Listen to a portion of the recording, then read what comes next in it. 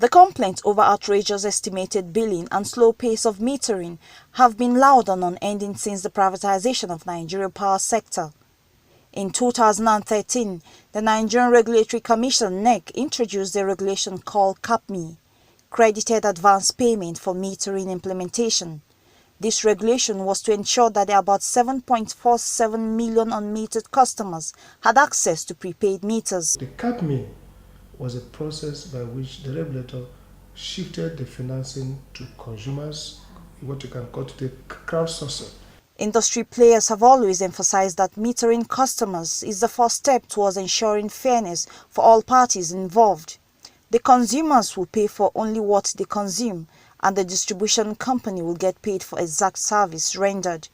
The lack of meter for transparent transaction has led to accusation and counter-accusations from distribution companies and consumers on theft, bypass and overbillings. What I want now is that they should give me meter. They cut off my light now for 2 months, but they are still bringing bill.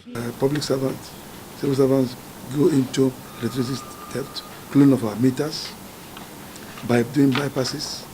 Even some of them do have the courage of going to the main transformer to do connection, illegal connection. When the initiative wound down in November 2016, with many customers still unmetered, NEC again introduced another regulation.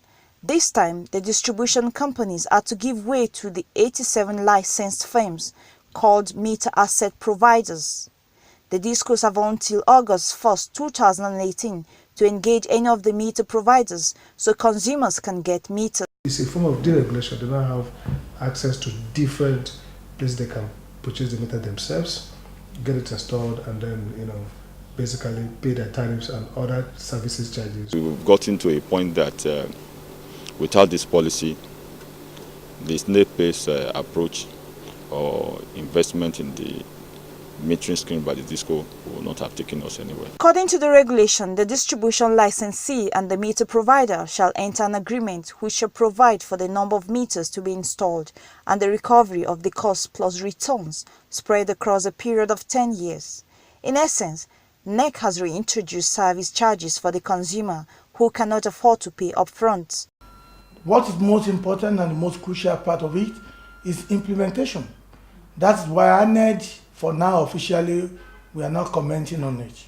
The MAP regulation is expected to close the metering gap and its attendant challenges. But can MAP save the industry from liquidity crunch?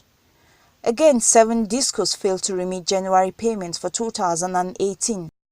If MBET are talking about DISCO not meeting up with remittance, fine. But the same member should answer the question as to why those DISCOs are not meeting up with remittance. With these regulations, customers are to be metered from July 2018 after the 120 days window given to DISCOs to engage certified meter providers. What remains to be seen now is the implementation. Mwesi Gono, AIT News, Abuja.